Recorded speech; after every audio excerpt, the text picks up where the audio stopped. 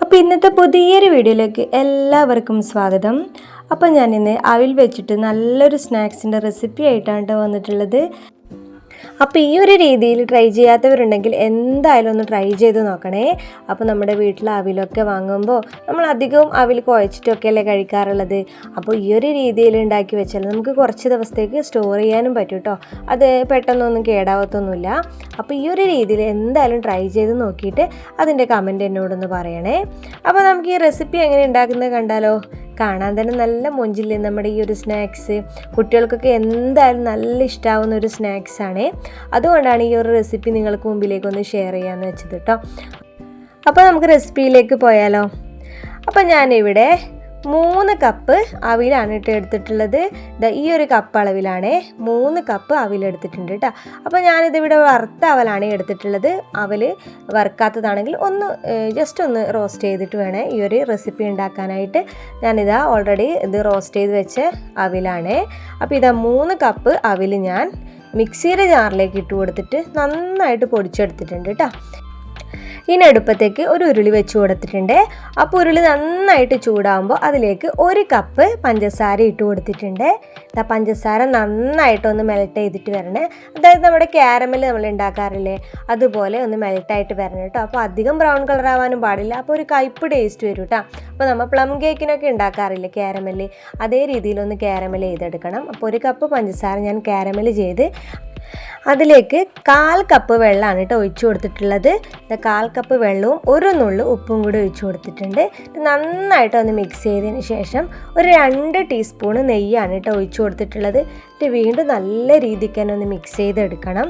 ഇതുപോലെ നന്നായിട്ട് ഇതൊന്ന് മിക്സ് ചെയ്തെടുക്കണം. എല്ലാം നന്നായിട്ടൊന്ന് പതഞ്ഞ് വരണം.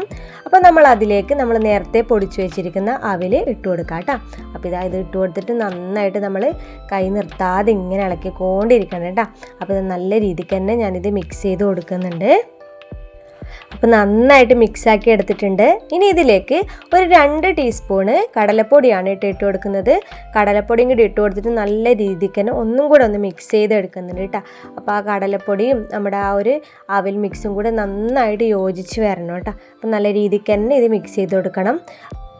ഇനി ഇതിലേക്ക് നമുക്ക് പൊടിച്ച പഞ്ചസാരയാണ് കേട്ടോ ചേർക്കാനുള്ളത്. അപ്പം ഞാനൊരു മിക്സിയുടെ ജാറിലേക്ക് 1/2 കപ്പ് പഞ്ചസാര ഇട്ട് കൊടുത്തിട്ട് അതിലേക്ക് ഒരു 2-3 ഏലക്കായയുടെ തൊലി കളഞ്ഞിട്ട് ഇട്ട് കൊടുത്തിട്ട് നന്നായിട്ട് പഞ്ചസാര പൊടിച്ചിട്ട് ഇതിലേക്ക് ചേർത്ത് കൊടുത്തിട്ടുണ്ട്.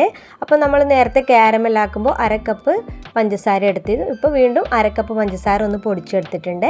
അപ്പോൾ എല്ലാം കൂടി ഒന്ന് മിക്സ് ചെയ്തതിന് ശേഷം 1 ടീസ്പൂണും കൂടെ നെയ്യ് ഒഴിച്ചു കൊടുത്തിട്ട് എല്ലാം കൂടി ഒന്നും കൂടി ഞാൻ മിക്സ് ചെയ്തെടുക്കുന്നുണ്ട് കേട്ടോ. അപ്പോൾ നമ്മളെ അവിലിൻ്റെയും നമ്മൾ കടലപ്പൊടി ഇട്ടില്ലേ അതിൻ്റെയൊക്കെ ആ ഒരു പച്ച മണം മാറി നല്ലൊരു സ്മെല്ലൊക്കെ വരാൻ തുടങ്ങും കേട്ടോ. നമ്മുടെ ഏലക്കായുടെ ആ നല്ല സ്മെല്ലൊക്കെ വരാൻ തുടങ്ങുമ്പോൾ നമ്മൾ അതിലേക്ക് കുറച്ച് ചെറിയ തേങ്ങ ഇട്ട് കൊടുക്കുന്നുണ്ട്.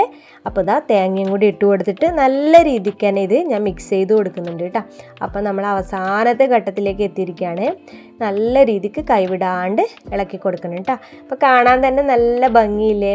അപ്പോൾ നല്ല രീതിക്ക് തന്നെ ഇത് മൊത്തത്തിൽ മിക്സ് ചെയ്ത് കൊടുക്കുന്നുണ്ട്. അപ്പോൾ ലോ ഫ്ലെയിമിൽ വെച്ചിട്ട് വേണം കേട്ടോ നമ്മളിതൊന്ന് കുക്ക് ചെയ്ത് എടുക്കാൻ വേണ്ടിയിട്ട്. തീ ഒരിക്കലും കൂട്ടി കൊടുക്കരുത്, അത് പ്രത്യേകം ശ്രദ്ധിക്കണം. ഇനി നമുക്കിതിലേക്ക് ഒരു 1/4 കപ്പ് ചൂടുവെള്ളമാണ് കേട്ടോ ഒഴിച്ചു കൊടുക്കേണ്ടത്. അപ്പോൾ 1/4 കപ്പ് ചൂടുവെള്ളം കൂടി ഒഴിച്ചു കൊടുത്ത് നന്നായിട്ടൊന്ന് മിക്സ് ചെയ്തെടുക്കണം കേട്ടോ. അപ്പോൾ നമ്മളെ ലാസ്റ്റത്തെ പരിപാടിയും കൂടെ കഴിഞ്ഞിരിക്കുകയാണ്. അപ്പോൾ ഇതും കൂടി ഒഴിച്ചിട്ട് നല്ല രീതിക്ക് തന്നെ മിക്സ് ചെയ്തിട്ട് ഈ ഒരു പരിവാകുമ്പോഴേക്ക് നമുക്കൊന്ന് ഫ്ലെയിം ഓഫ് ചെയ്യാം കേട്ടോ. അപ്പോൾ നമ്മളെ സംഭവം ഇവിടെ റെഡി ആയിട്ടുണ്ട്. ഇനി നമ്മൾ ഇതുപോലത്തെ ഒരു പാത്രത്തിലാണ് കേട്ടോ സെറ്റ് ചെയ്തെടുക്കുന്നത്. ഇതുപോലത്തെ ഒരു പാത്രത്തിലും പിന്നെ ചെറിയൊരു ബൗളിലാണ് കേട്ടോ ഞാനിത് സെറ്റ് ചെയ്തെടുക്കുന്നുള്ളത്. അപ്പോൾ ഈ 2 പാത്രത്തിലേക്കും ഞാനിത് സെറ്റ് ചെയ്ത് കൊടുത്തിട്ടുണ്ട്. കണ്ടില്ലേ, നല്ല ഭംഗിയിലെ കാണാൻ മാത്രമല്ല നമുക്ക് കഴിക്കാനും നല്ല ടേസ്റ്റി ആയിട്ടുള്ള ഒരു സ്നാക്സ് ആണ് കേട്ടോ. അപ്പോൾ വൈകിട്ട് കുട്ടികളൊക്കെ സ്കൂൾ വിട്ട് വരുമ്പോൾ നമുക്ക് ഉണ്ടാക്കി കൊടുക്കാൻ പറ്റുന്ന നല്ലൊരു റെസിപ്പി കൂടിയാണിത്. അപ്പം ഞാനിത് കട്ട് ചെയ്ത് വെച്ചിട്ടുണ്ട് കേട്ടോ.